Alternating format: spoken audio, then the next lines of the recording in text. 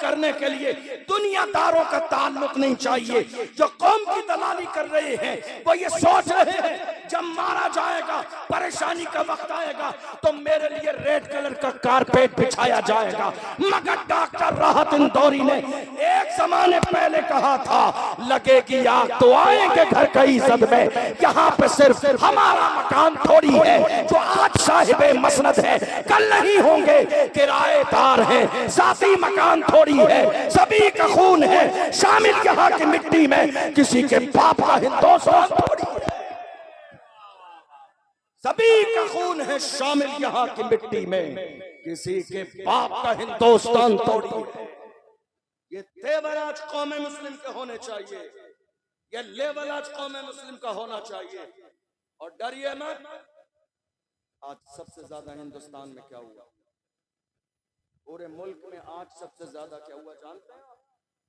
हमारी कौम के सीनों में खौफ पैदा कर दिया गया। ऐसा हुआ या नहीं हुआ? कितना खौफ है मालूम है आपको? मैदान में बोलना तो बड़ी बात है, लोग डर और खौफ के मारे अपने घर में भी बात करने के लिए राजी। इतना खौफ पैदा कर दिया गया। अब दो ही बातें हैं।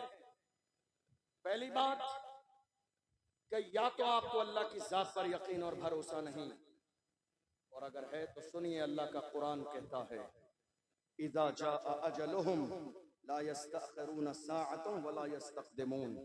अल्लाह ने मौत का वक्त मुकर्रर कर दिया है, न एक लम्हा पहले आएगी न एक लम्हा बाद में आएगी। जो वक्त अल्लाह ने मुकर्रर किया है मौत उसी वक्त आएगी। इसीलिए मैं अपनी कौम के जवानों से कहता हूँ, जिंदा रहना है तो फिर मौत से डरना कैसा, जंग लाजिम हो तो लश्कर नहीं देखे जा। जिंदा रहना है तो फिर मौत से डरना कैसा, जंग लाजिम हो तो लश्कर नहीं देखे जाते। तुमने देखा नहीं, बद्र की सरजमीन पर हम 313 थे, दुनिया को नाश था कि हम मिटा देंगे। और हालत ये थी बद्र में, हालत ये थी कि 1000 पहलवान लाए गए, नाचने वाली औरतें लाई गई, ढोल बाजे लाए गए, शराब पीने के लिए शराब के मटके लाए गए, ऊंट लाए गए ज़िबा करने के लिए। पूछा इतना सामान 313 के लिए? तो अबू जहल ने अपने अंदाज में कहा था, ये सारी तैयारियां इसलिए हैं, थोड़ी देर में जाके 313 को इस्लाम को पैरों के नीचे मसल देंगे। 313 की क्या हैसियत और औकात है? ख्वाब देखिए ख्वाब। और उसके बाद हम ऊंट ज़िबा करेंगे, खाना खाएंगे, शराबें पी जाएंगी, औरतें नाचेंगी, जश्न का माहौल होगा। पूरी तैयारी से हम करबला के मैदान में जा रहे हैं। जरा देख लीजिए, नाम बदले हैं, चेहरे बदले हैं, किरदार आज भी वही है। नाम बदले हैं, चेहरे बदले हैं, मगर किरदार जो कल ख्वाब देख रहे थे इस्लाम को मिटाने का, वही ख्वाब आज भी देखा जा रहा है। आपने देखा नहीं, वक्फ बिल का मसला आया, रमजान के महीने में हमारे बहुत सारी कौम मुस्लिम को लोग दिल्ली के जंतर मंतर पर पहुंच गए और उन्होंने जाके बात की। तो जानते हो, वही जालिम यती नरसिंहानंद निकल के आया मैदान में और उसने कहा था, अगर मुझे इजाजत मिल जाए तो सिर्फ हिंदुस्तान से नहीं पूरी दुनिया से इस्लाम को खत्म कर दूंगा। मैं कहता हूँ नादान, पूछ ले अबू जहल अपने बाप से, तेरे बाप का भी यही ख्वाब था, बद्र की सरजमीन पर इस्लाम मिटा दूंगा। मगर याद रख, फानूस बन के जिसकी हिफाजत हवा करे वो शम्मा क्या बुझे जिसे रोशन खुदा करे। फानूस बन के जिसकी हिफाजत हवा करे वो शम्मा क्या बुझे जिसे रोशन खुदा करे। इस्लाम की फितरत में कुदरत ने लचक दी है, तुम जितना दबाओगे उतना ही वो बढ़ेगा। ख्वाब को याद कर लीजिए, ये पुराना ख्वाब है इस्लाम को मिटाने का, लेकिन इंशाअल्लाह ये ख्वाब कभी शर्मिंदा ताबीर ना होगा।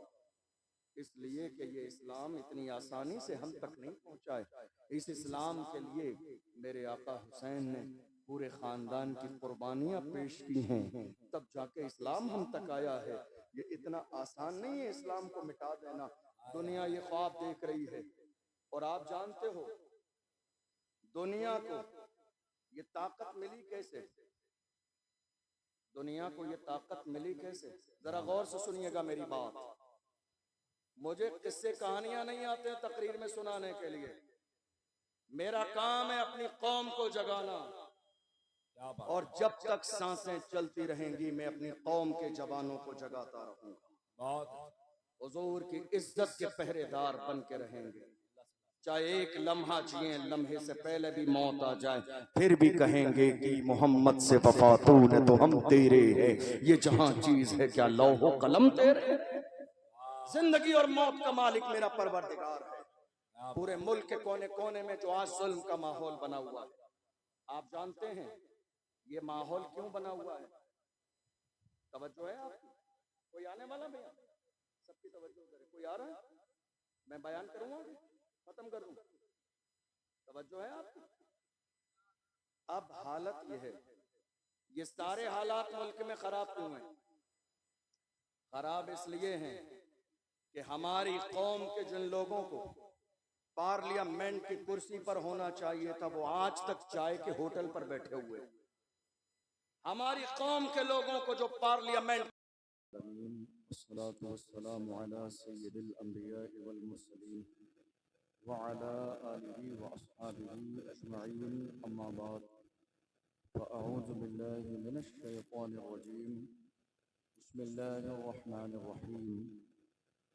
क़ाल अल्लाहु तबारक व तआला फ़िल क़ुरआनिल अज़ीम इन्नल्लाह ला युग़य्यिरु मा बिक़ौमिन हत्ता युग़य्यिरु मा बिअन्फुसिहिम सदक़ल्लाहुल अज़ीम व सदक़ रसूलुहुन नबियुल अमीनुल करीम व नहनु अला ज़ालिका लमिनश शाहिदीन वश्शाकिरीन वज़्ज़ाकिरीन वल्हम्दुलिल्लाहि रब्बिल आलमीन।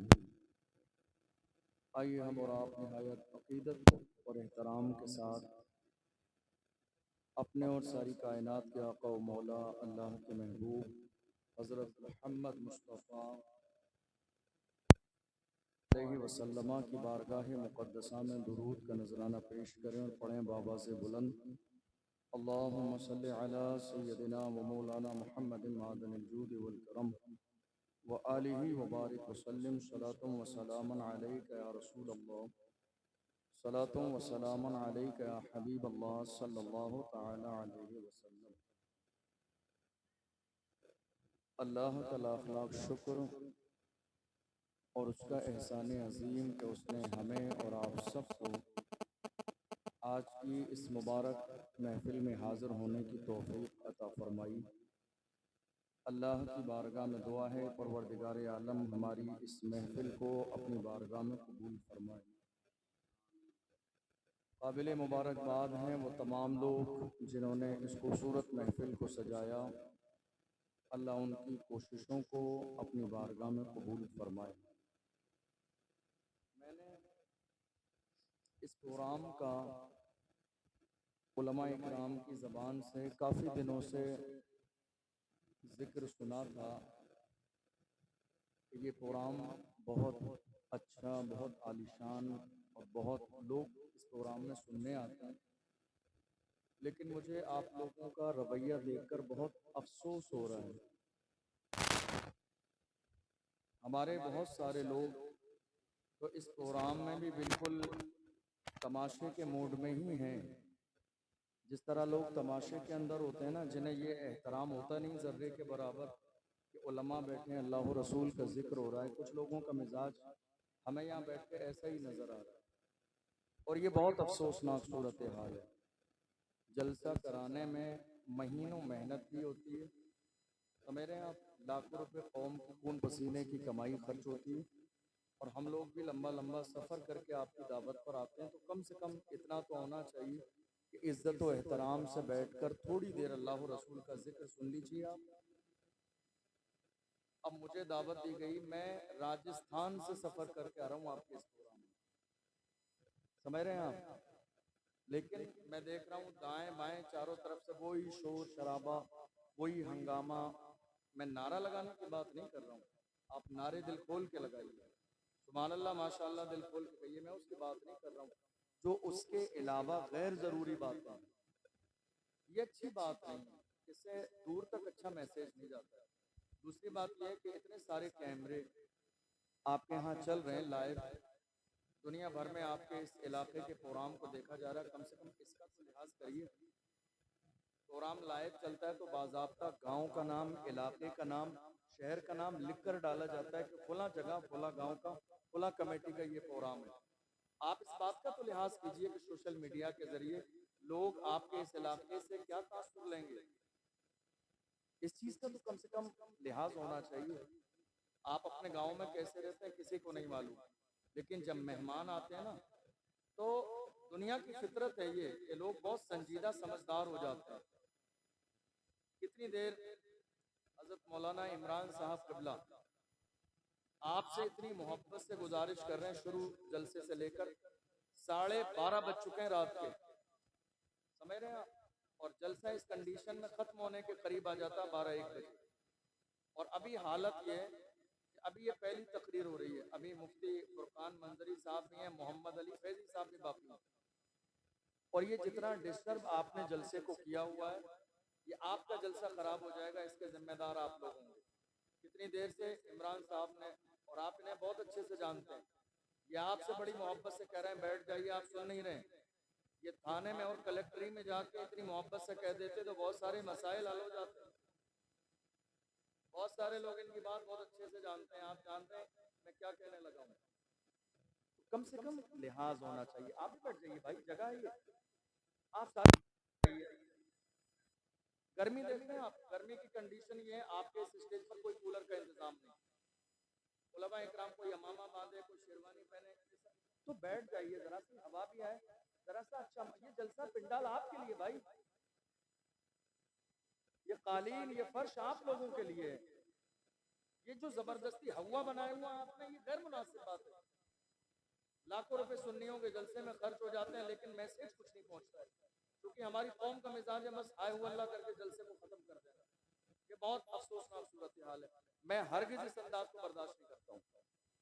आपने खून पसीने की कमाई लगाई कई महीने से, ये मेहनत तो सुन लीजिए कुछ देर बैठ के। सिर्फ ये जो नोट उड़ाने वाला माहौल है ना, जरा आ जाइए यार, खुदा के बंदे, कुछ तो जरा सा सेंस होना चाहिए। क्या है ये सब? मैं नजराना देने को मना नहीं कर रहा हूँ, देना सुन्नत है नात पढ़ने वालों को। अल्लाह और रसूल का जिक्र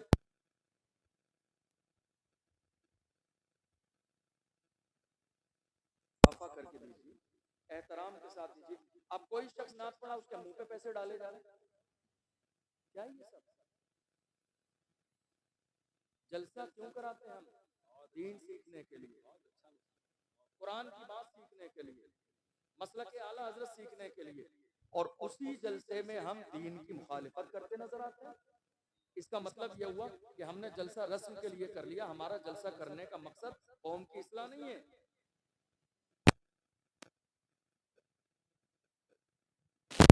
देखिए अब सारे लोग बैठ गए, अब भी तो लग रहा है जलसा हो रहा है। अब अच्छा लग रहा है या पहले अच्छा लग रहा है, बताइए आप। सुकून है, शानदार है, माशाल्लाह, सब सुकून से खड़े हुए। ये सारी बातें क्या, हम लोगों को दुख होता है, उसकी वजह यह है ना कि हम जिम्मेदार हैं। हमें मालूम है आज हमारी कौम के हालात क्या हैं, वरना हम भी आपको खुश करना चाहते।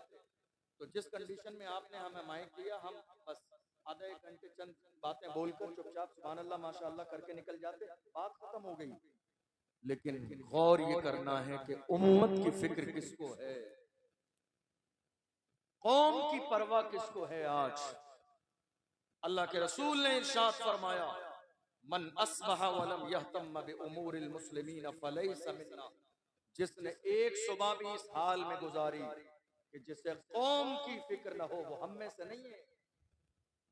और कीजिए रसूलुल्लाह का क्या है, हम सुबह उठते हैं, शाम को सो जाते हैं, खाते हैं पीते हैं, शादी ब्याह वलीमा, हमारी जिंदगी गुजर रही है। हालात का शायद आज इल्म हर मुसलमान को है या नहीं है, बताइए आप। अरे सोशल मीडिया का दौर है, इतना तो जानते हैं हालात कैसे हैं। तो अब हमारी जिम्मेदारी क्या है? हम खाली तमाशे करते रहे? हमारी जिम्मेदारी क्या है? खाली ढोल बाजे डीजे बजाते रहे? हमारी जिम्मेदारी क्या है? नाच गाने करते रहे? याद रखिएगा, जिस कौम को वक्त रहते हुए अक्ल नहीं आती है, गाफिल रहती है, वो कौम पैरों के नीचे मसल दी जाती है। वो कौम पैरों के नीचे रौंद दी जाती है, उस कौम का कोई नाम लेने वाला बाकी नहीं रहता है। किसी समझदार ने कहा था, न समझोगे तो मिट जाओगे हिंदी मुसलमानों, तुम्हारी दास्तां तक भी न होगी दास्तानों। आज हालात हमारी निगाहों के सामने है। मुझे बड़ा अफसोस होता है, बड़ी दिली तकलीफ होती है। हमारी कौम के जवान कहते हैं हुजूर का दामन नहीं छोड़ेंगे, हुजूर के नाम पे गर्दन कटा देंगे। जिस कौम को जर्रे के बराबर ये एहसास न हो कि इस्लाम का तकाजा क्या है, जिस कौम के जवान को ये मालूम न हो कि रसूलुल्लाह की मर्जी क्या है, जिस कौम के जवानों को ये अंदाजा न हो कि कौम मुस्लिम के लिए हमारी दीनी जिम्मेदारी क्या है, वो रसूलुल्लाह के नाम पे गर्दन कटा देंगे। आपकी नारा लगाइए, नारा लगाते तक अच्छा लगता है, लेकिन मैं ये बात सच्ची नहीं मानता हूँ। हमारी कौम के जवान कह रहे हैं गर्दन कटा देंगे हुजूर के लिए। अरे जिस कौम के जवान रसूलुल्लाह के लिए 5 वक्त गर्दन झुका न सकें, वो गर्दन कटा कैसे सकते? जिस कौम के जवान 5 वक्त अल्लाह के घर में जाके रसूलुल्लाह की रजा के लिए, मेरे नबी ने क्या फरमाया, कुर्रतु ऐनी फिस्सलाह, नमाज में मेरी आंखों की ठंडक है। जिस कौम के जवान रसूलुल्लाह की ठंडक के लिए 5 वक्त गर्दन झुका न सकें, वो रसूलुल्लाह के नाम पे गर्दन कटा कैसे सकते? नारा लगाना और है, जरा इसकी आवाज बढ़ाइए भाई, नारा लगाना और है और प्रैक्टिकल मैदान में आना और है। ये 2 अलग बातें हैं। मैं हमेशा कहता हूं अपने जवानों से, कम से कम आप हुजूर से तो सच्चा वादा करें। आप मुझसे जो कह रहे हैं कोई बात नहीं, वादा पूरा मत कीजिए, मेरी बात सुन लीजिए तवज्जो से आप, लेकिन कम से कम रसूलुल्लाह से तो अहदे वफा करें। रसूलुल्लाह से तो जो वादा करें वो सच्चा करें। या रसूलुल्लाह हम आपके लिए गर्दन कटा देंगे, और जो रसूलुल्लाह ने कहा हम वो बात मानने के लिए तैयार नहीं। कौम मुस्लिम का अलमिया ये है कि कौम मुस्लिम आज जहां बोलती है, बोलती वहां है जहां खामोश रहना चाहिए, और खामोश वहां रहती है जहां बोलना चाहिए। जहां कौम को बोलना चाहिए वहां कौम खामोश रहती है, और जहां कौम को खामोश रहना चाहिए हमारी कौम वहां बोलती नजर आती है। कहां बोलना चाहिए? बात मस्जिद की हो, कौम मुस्लिम को बोलना चाहिए। बात मदरसे की हो, कौम मुस्लिम को बोलना चाहिए। बात अजान की हो, कौम मुस्लिम को बोलना चाहिए। बात नमाज की हो, कौम मुस्लिम को बोलना चाहिए। बात फतेहपुर की उस खानका की उस जो है कब्र की हो, कौम मुस्लिम को बोलना चाहिए। बात पहलू खान की हो, कौम मुस्लिम को बोलना चाहिए। बात तबरेज अंसारी की हो, कौम मुस्लिम को बोलना चाहिए। बात सीए और एनआरसी की हो, कौम मुस्लिम को बोलना चाहिए। बात वक्फ बिल की हो, कौम मुस्लिम को बोलना चाहिए। बात नामूस रिसालत की हो, कौम मुस्लिम को बोलना चाहिए। मगर रसूलुल्लाह की शान में गुस्ताखी होती रही। मेरी कौम के बुजुर्गों ने जवानों को अंदर बंद कर दिया। जवानों बोलोगे तो तुम्हारा नाम आ जाएगा, बोलना नहीं।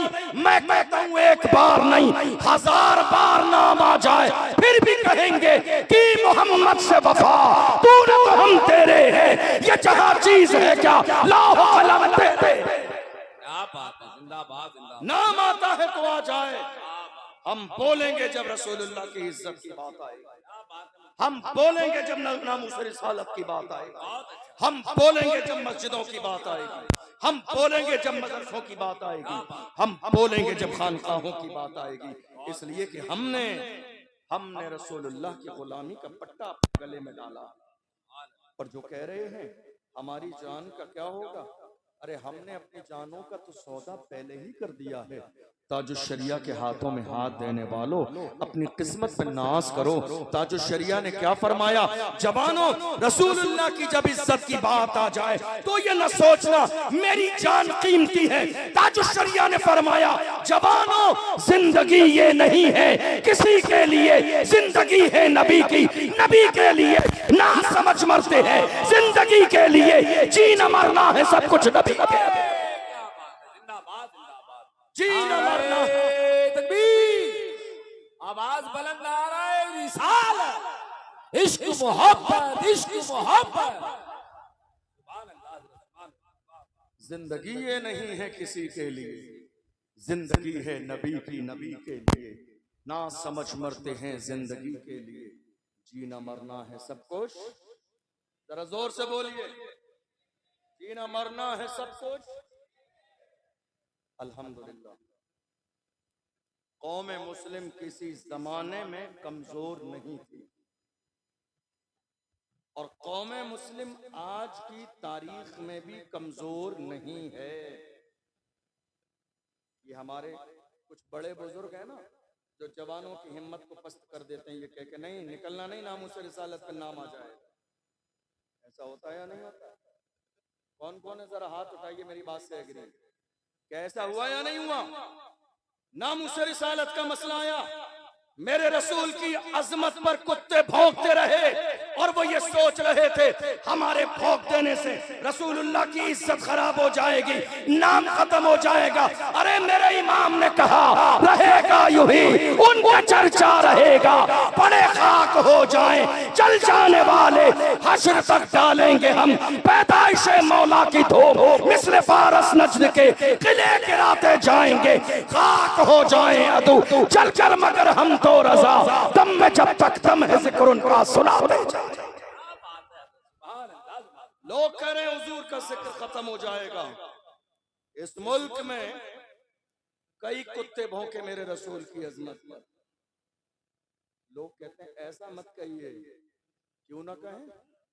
इज्जत उसी की जाएगी जो मुस्तफा की इज्जत करेगा, इज्जत उसी की जाएगी जो मुस्तफा की इज्जत करेगा, सरकताज उसी को समझा जाएगा जो मुस्तफा की इज्जत करेगा।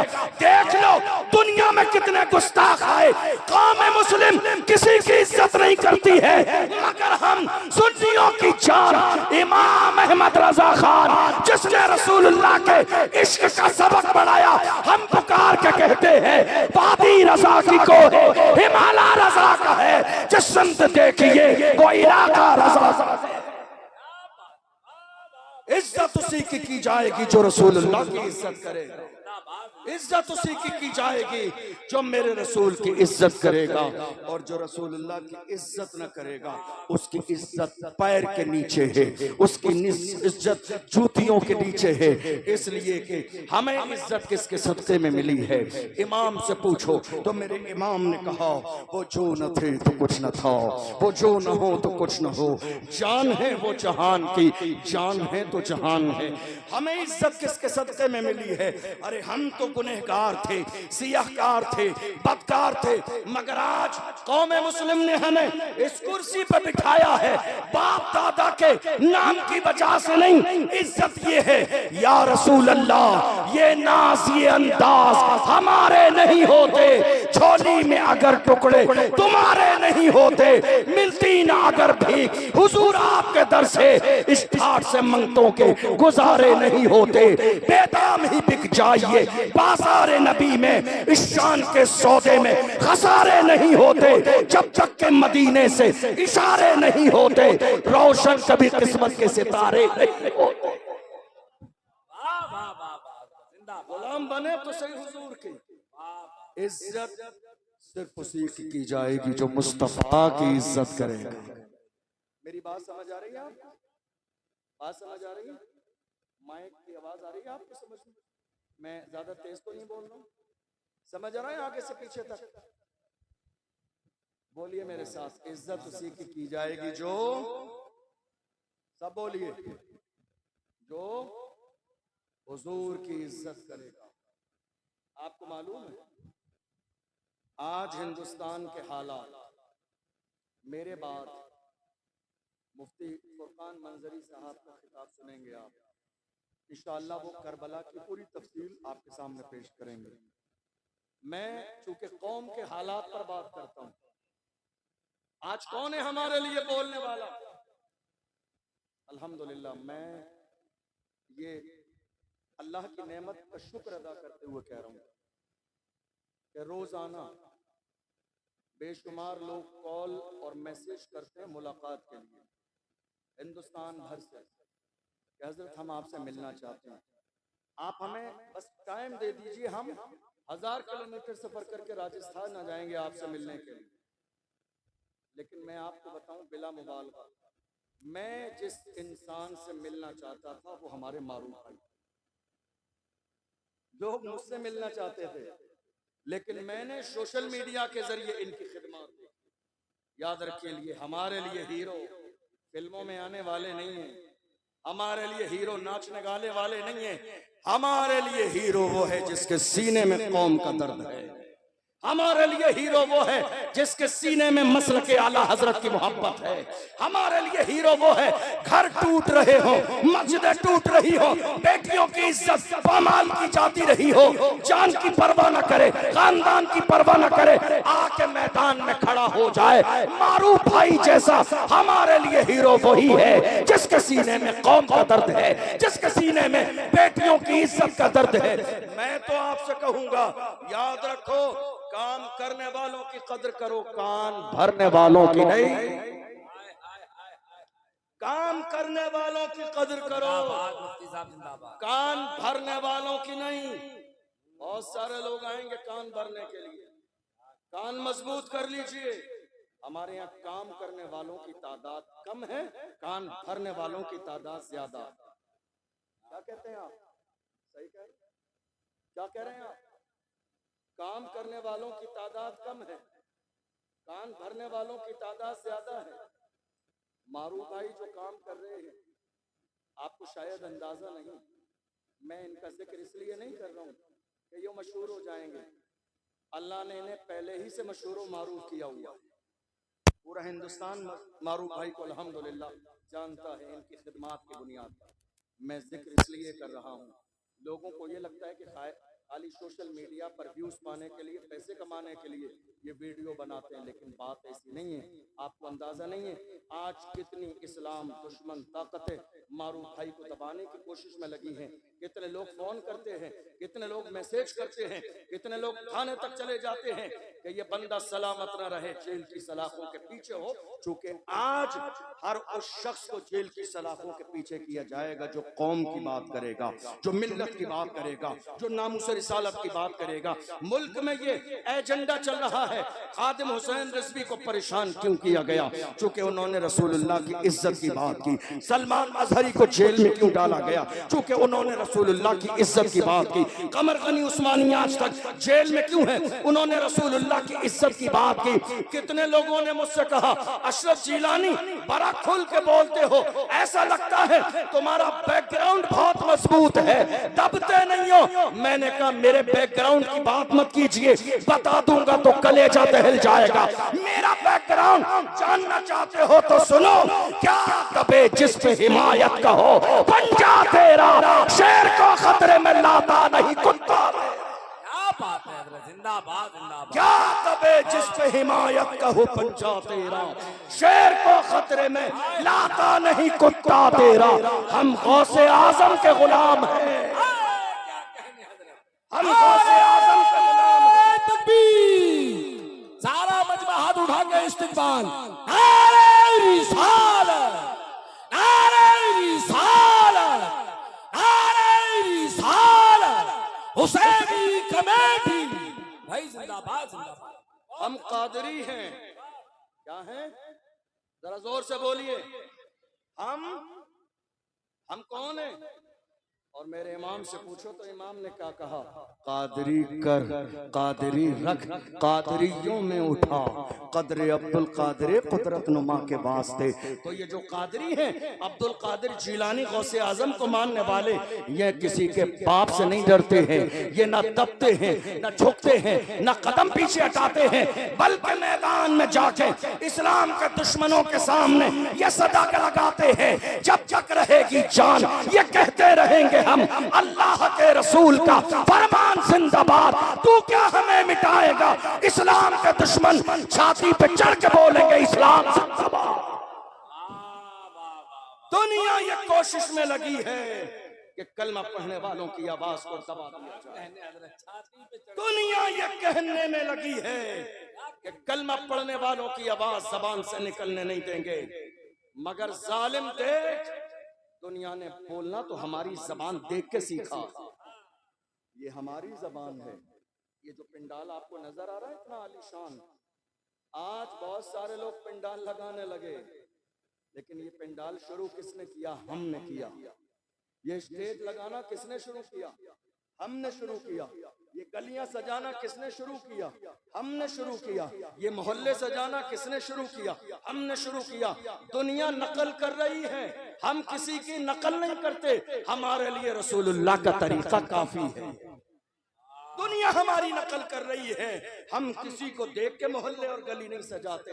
हाल ये है, जिन पत्थरों को हमने अता की थी धड़कने, जब बोलने लगे तो हम ही पे बरस पड़े। हालात आज हमारी निगाहों के सामने हैं। मारूफ भाई को बहुत सारे लोगों ने दबाने की कोशिश की, बहुत सारी ऐसी बातें हैं जो, चूंकि वक्त इतना नहीं है, 1 बज गया है, मैं बताता। बहुत सारे इशू उठाए मारूफ भाई ने, लड़कियों के हवाले से और बहुत सारी चीजें उठाई। बहुत सारे लोगों ने धमकियां भी दी कि आप ऐसा करोगे, लेकिन अल्हम्दुलिल्लाह ये रजा के शेर हैं, और रज़वी शेर न डरते हैं, न दबते हैं, न घबराते हैं, न मैदान छोड़ के भागते हैं, क्योंकि हम हक पर हैं। मैं आप सबसे यही कहूँगा, जिस काबिल भी हैं मारूफ भाई का साथ दीजिए, इसलिए कि ये और इनकी टीम हकीकत में अपने सीने में कौम का दर्द रख के उन लाचार मजबूरों के घरों तक पहुँच रही है जिनके यहाँ खाने तक का इंतज़ाम नहीं, जिनके यहाँ खाने तक का इंतज़ाम नहीं। और जो हमारी रजा एक्शन कमेटी है, जिसके मौलाना इमरान साहब अध्यक्ष हैं, अल्हम्दुलिल्लाह ये भी बहुत बड़ा काम कर रहे हैं, जहाँ मस्जिदों के मसाइल, ज़मीनों के मसाइल, बहुत सारे काम कर रहे हैं। और सैयद शबाब मियाँ साहब क़िबला पीछे बैठे हैं, बड़े मुखलिस, बड़े उलमा नवाज हैं, बड़ा अच्छा अखलाक और किरदार है, हमेशा दीन और सुन्नियत मसलक आला हज़रत के लिए हमा वक्त तैयार रहते हैं। अल्लाह इनकी भी उम्र में बरकतें अता फरमाए। मैं आने के बाद आपके मदरसे में गया था, गालिबन दारुल बरकातिया रज़विया करके है, मौलाना दानिश साहब क़िबला, बहुत बड़ी ज़मीन है और बहुत खूबसूरत आपका दारुल। मैं हाथ जोड़ के कहूँगा खुदारा उसके लिए पूरा सपोर्ट कीजिए, ताकि ये छोटा सा मकतब और मदरसे की शक्ल में न रहे, सुन्नियत का मरकज़ बन जाए आपके इलाके का। सपोर्ट कीजिए दिल खोल कर, हमारी और आपकी जिम्मेदारी है। अब आइए जरा चंद बातें सुनिए। आज मुल्क के कोने कोने में हालात ये हैं कि हमारी आवाज दबाने की कोशिश की जा रही है। ऐसा है या नहीं है? मुल्क के कोने कोने में देख लीजिए, सबसे ज्यादा कमजोर आज की तारीख में अगर कोई है तो मुसलमान, सबसे ज्यादा परेशान अगर कोई है तो मुसलमान, जिनके साथ मॉब लिंचिंग हो रही है। कौन है वो? मुसलमान। जिनकी इबादत गाहों पर बिल्डोजर चलाए जा रहे हैं, कौन है वो? मुसलमान। जिनके मदरसों में ताले लगाए जा रहे हैं, कौन है वो? मुसलमान। जिनके मोहल्ले वीरान किए जा रहे हैं, कौन है वो? मुसलमान। और कौम मुस्लिम क्या कर रही है? बड़ी माजरत के साथ, ये सारे जो हालात आज हमारे खराब हैं, आप जानते हो किस वजह से? ये बहुत दिन पहले नहीं थे, जब से हमारी कौम में दलाल पैदा हो गए हैं, जब से हमारी कौम में, हमारे मोहल्लों में दाढ़ी और टोपी रखने के बाद भी कौम के दलाल और कौम की मुखबरी करने वाले पैदा हो गए हैं, तब से हमारी कौम के हालात दिन ब दिन बदतर होते चले जा रहे हैं। क्या जब से हमारी कौम में दलाल पैदा हो गए। और चाहिए क्या इन दलालों को? क्या चाहिए? एक कप चाय, जाके कोई कंधे पे हाथ रखते खुश हो जाते हैं। नहीं साहब, हमारा दूर तक ताल्लुक है। अरे लानत हो ऐसे ताल्लुक पर। हमारा ताल्लुक मदीने वाले मुस्तफा से है, हमारा ताल्लुक गौसे आज़म से है, हमारा ताल्लुक गरीब नवाज से है, हमारा ताल्लुक इमाम अहमद रज़ा से है। हमें दलाली करने के लिए दुनियादारों का ताल्लुक नहीं चाहिए। जो कौम की दलाली कर रहे हैं वो ये सोच रहे हैं जब मारा जाएगा, परेशानी का वक्त आएगा तो मेरे लिए रेड कलर का कारपेट बिछाया जाएगा। मगर डॉक्टर राहत इंदौरी ने एक जमाने पहले मैंने कहा था लगेगी आग तो आएंगे घर कई सद में, यहाँ पे सिर्फ हमारा मकान थोड़ी है जो आज साहिबे मसनद है, कल नहीं होंगे किराएदार हैं, साथी मकान थोड़ी है, सभी का खून है शामिल यहाँ की मिट्टी में, किसी के बाप का हिंदुस्तान थोड़ी है, सभी का खून है शामिल यहाँ की मिट्टी में, किसी के बाप का हिंदुस्तान थोड़ी है। ये तेवर आज कौम मुस्लिम के होने चाहिए, ये लेवल आज कौम मुस्लिम का होना चाहिए। और डरिए मत। आज सबसे ज्यादा हिंदुस्तान में क्या हुआ, पूरे मुल्क में आज सबसे ज्यादा क्या हुआ जानते हैं आप? हमारी कौम के सीनों में खौफ पैदा कर दिया गया। ऐसा हुआ या नहीं हुआ? कितना खौफ है मालूम है आपको? मैदान में बोलना तो बड़ी बात है, लोग डर और खौफ के मारे अपने घर में भी बात करने के लिए राजी हैं। इतना खौफ पैदा कर दिया गया। अब दो ही बातें हैं। पहली बात कि या तो आपको अल्लाह की जात पर यकीन और भरोसा नहीं, और अगर है तो सुनिए, अल्लाह का कुरान कहता है इज़ा जाअ अजलुहुम ला यस्तअखिरून साअतन वला यस्तक़दिमून। अल्लाह ने मौत का वक्त मुकर्रर कर दिया है, न एक लम्हा पहले आएगी न एक लम्हा बाद में आएगी। जो वक्त अल्लाह ने मुकर्रर किया है मौत उसी वक्त आएगी। इसीलिए मैं अपनी कौम के जवानों से कहता हूँ, जिंदा रहना है तो फिर मौत से डरना कैसा, जंग लाजिम हो तो लश्कर नहीं देखे जा, जिंदा रहना है तो फिर मौत से डरना कैसा, जंग लाजिम हो तो लश्कर नहीं देखे जाते। तुमने देखा नहीं बद्र की सरजमीन पर हम 313 थे, दुनिया को नाश था कि हम मिटा देंगे, और हालत ये थी बद्र में, हालत ये थी कि 1000 पहलवान लाए गए, नाचने वाली औरतें लाई गई, ढोल बाजे लाए गए, शराब पीने के लिए शराब के मटके लाए गए, ऊंट लाए गए ज़िबा करने के लिए। पूछा इतना सामान 313 के लिए? तो अबू जहल ने अपने अंदाज में कहा था ये सारी तैयारियां इसलिए हैं, थोड़ी देर में जाके 313 को इस्लाम को पैरों के नीचे मसल देंगे। 313 की क्या हैसियत और औकात है। ख्वाब देखिए ख्वाब, और उसके बाद हम ऊंट ज़िबा करेंगे, खाना खाएंगे, शराबें पी जाएंगी, औरतें नाचेंगी, जश्न का माहौल होगा। पूरी तैयारी से हम करबला के मैदान में जा रहे हैं। जरा देख लीजिए, नाम बदले हैं, चेहरे बदले हैं, किरदार आज भी वही है। नाम बदले हैं, चेहरे बदले हैं, मगर किरदार जो कल ख्वाब देख रहे थे इस्लाम को मिटाने का, वही ख्वाब आज भी देखा जा रहा है। आपने देखा नहीं, वक्फ बिल का मसला आया, रमजान के महीने में हमारे बहुत सारी कौम मुस्लिम को लोग दिल्ली के जंतर मंतर पर पहुंच गए और उन्होंने जाके बात की। तो जानते हो वही जालिम यती नरसिंहानंद निकल के आया मैदान में, और उसने कहा था अगर मुझे इजाजत मिल जाए तो सिर्फ हिंदुस्तान से नहीं पूरी दुनिया से इस्लाम को खत्म कर दूंगा। मैं कहता हूँ नादान, पूछ ले अबू जहल अपने बाप से, तेरे बाप का भी यही ख्वाब था, बद्र की सरजमीन पर इस्लाम मिटा दूंगा, मगर याद रख फानूस बन के जिसकी हिफाजत हवा करे वो शम्मा क्या पूछे जिसे रोशन खुदा करे। फानूस बन के जिसकी हिफाजत हवा करे वो शम्मा क्या पूछे जिसे रोशन खुदा करे। इस्लाम की फितरत में कुदरत ने लचक दी है, तुम जितना दबाओगे उतना ही वो बढ़े।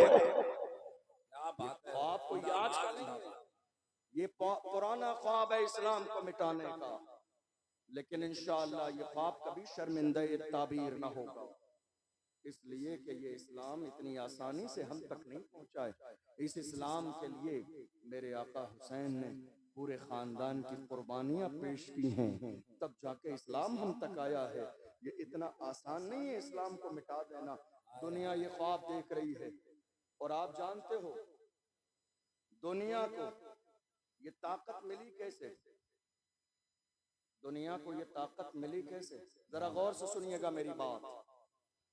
मुझे किस्से कहानियां नहीं आते हैं तकरीर में सुनाने के लिए, मेरा काम है अपनी कौम को जगाना, और जब तक सांसें चलती रहेंगी मैं अपनी कौम के जवानों को जगाता रहूंगा, हुजूर की इज्जत के पहरेदार बन के रहेंगे।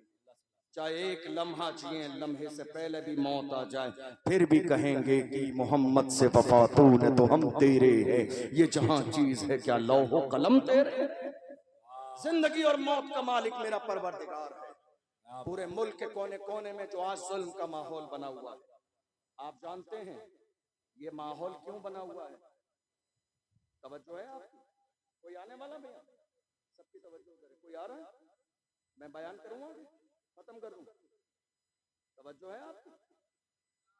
अब हालत ये है, ये सारे हालात मुल्क में खराब क्यों हैं? खराब इसलिए हैं कि हमारी कौम के जिन लोगों को पार्लियामेंट की कुर्सी पर होना चाहिए था, वो आज तक चाय के होटल पर बैठे हुए। हमारी कौम के लोगों को जो पार्लियामेंट की कुर्सी पे होना चाहिए था, वो कहाँ बैठे? चाय के होटल पर। और फजर के बाद चाय के होटल पर बैठकर कर क्या रहे हैं? तेरी मेरी। मस्जिद के इमाम का जिक्र चल रहा है, मस्जिद के इमाम की बुराई चल रही है। मैंने कितनी जगह देख लिया, अल्लाह माफ फरमाए, मस्जिद का इमाम ऐसा है, मस्जिद का इमाम वैसा है, मौलाना ने ये कर दिया, हजरत ने ये कर दिया, मौलाना साहब ने ये कर दिया। चाय के होटल पर बैठकर अपनी कौम के रहनुमा, मुर्शिद और मुरब्बी की गीबत की जा रही है। ये हालात है आज हमारे यहाँ। ये इमाम इस काबिल नहीं था कि इसको चाय के होटल पे डिस्कस किया जाए। इमाम की एक छोटी सी गलती पकड़ के तमाम लोग अपने अमाल में ये जाहिर करते हैं कि हम फरिश्ता है, मासूम है। याद रखिएगा, मैं भी इंसान हूँ, आप भी इंसान। गलती सबसे होती है। अल्लाह के रसूल ने इरशाद फरमाया, मन सतरा मुस्लिमन सतरहुल्लाहु यौमल क़ियामा। जो किसी मुसलमान के ऐब पर पर्दा डाल देगा, अल्लाह क़यामत के दिन उसके ऐबों पे पर्दे डाल देगा। हालात इतने ज्यादा खराब क्यों हैं? ये है सवाल। मुल्क के कोने कोने में मॉब लिंचिंग क्यों हो रही है? ये है सवाल। मस्जिदों पर बिल्डोजर क्यों चल रहे हैं? ये है सवाल। मदरसों में ताले क्यों लगाए जा रहे हैं? ये है सवाल। जवाब सुन लीजिए, ये सवाल तो है, मगर जवाब इसका वही है कि दुनिया की हर कौम जब तक सिस्टम का हिस्सा न हो, वो इज्जत की जिंदगी नहीं गुजार सकती। फैसले पार्लियामेंट में होते हैं, बिल पार्लियामेंट में पास किए जाते हैं, मसाइल वहां डिस्कस किए जाते हैं। कौन सी मस्जिद रहेगी और कौन सी तोड़ दी जाएगी, ये बिल वहां पास किया जाता है।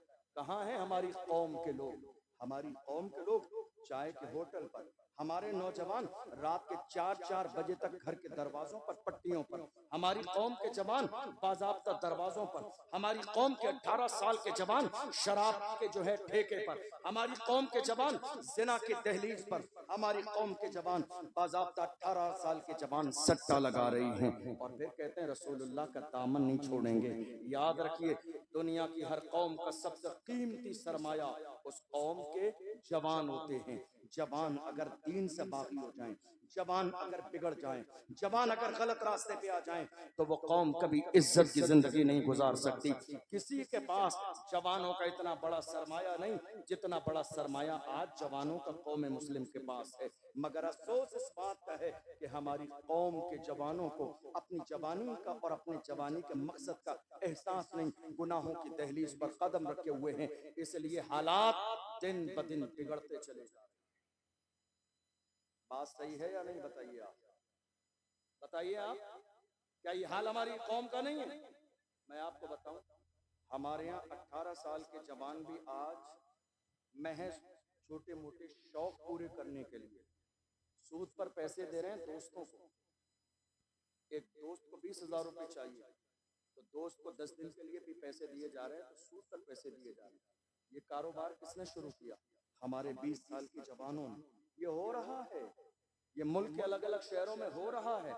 हम रोजाना अलग अलग शहरों में जाते हैं, वहाँ के उलमा मिलते हैं, अवाम मिलती है, लोग मिलते हैं, आके कहते हैं हजरत इस शहर की हालत ये है, 18 साल के जवान भी सट्टा लगा रहे हैं। कितने शहरों में देखा गया औरतें सट्टा लगा रही हैं।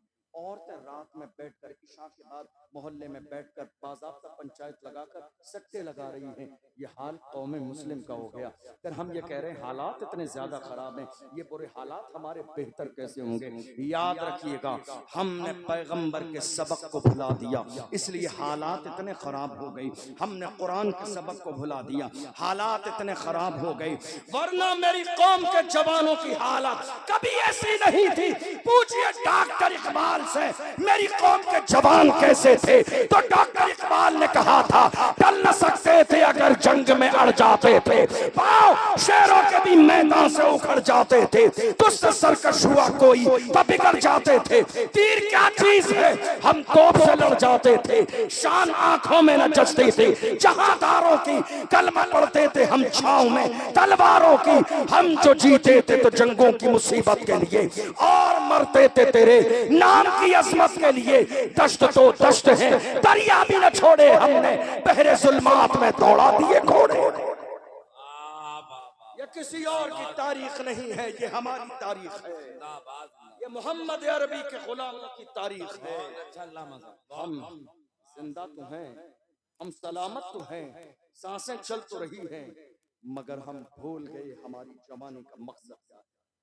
याद रखिएगा, ऐसे हजार जलसे करा लीजिए, लेकिन जब तक आपके सीने में एहसास पैदा नहीं होगा कि कौम मुस्लिम का जवान होने के नाते आपकी जिम्मेदारी क्या है, हालात कभी नहीं बदले।